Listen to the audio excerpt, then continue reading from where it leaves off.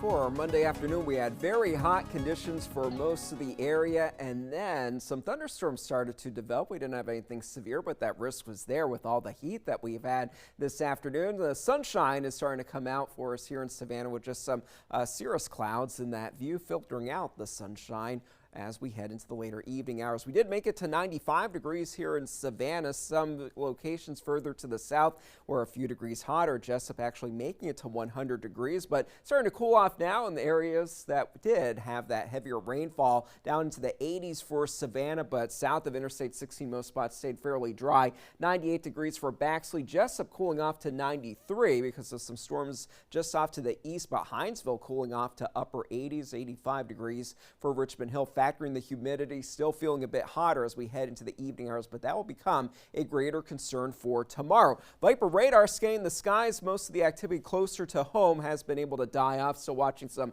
storms developing more into middle Georgia. So the risk for a few storms as we head into the evening hours remains with us, but overall the storm chances will start to go down going into the overnight hours. The heavy rain even for Richmond Hill dissipating as well. For tomorrow morning, we will start off with lots of sunshine. Temperatures in the upper 70s to lower 80s, quickly climbing into the upper 90s to 100 degrees for most locations. Our records are just over 100 degrees. I think they're safe at this point, but there is a chance, at least a small chance, that we do actually make it to 100 for tomorrow. But the main concern will be the feels like temperatures. The heat index values will be around 110 degrees at times during the afternoon hours. So heat advisory in place until 7 o'clock for most of the area. Off to the west and off to the south.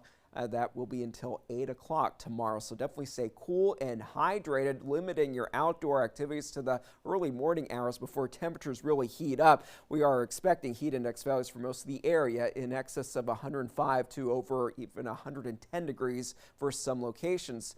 A few clouds will be with us for tomorrow, but the storm chances will be a bit lower than what we've had for this afternoon. Overall, very hot conditions will prevail.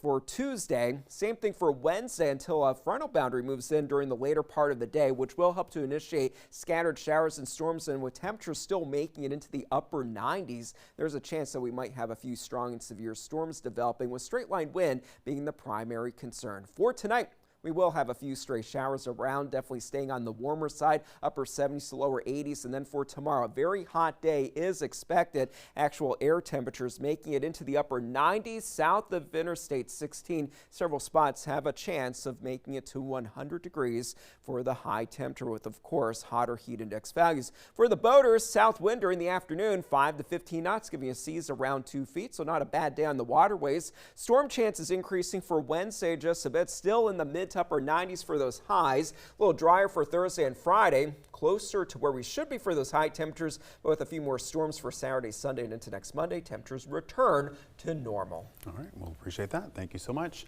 Up next in sports, Savannah.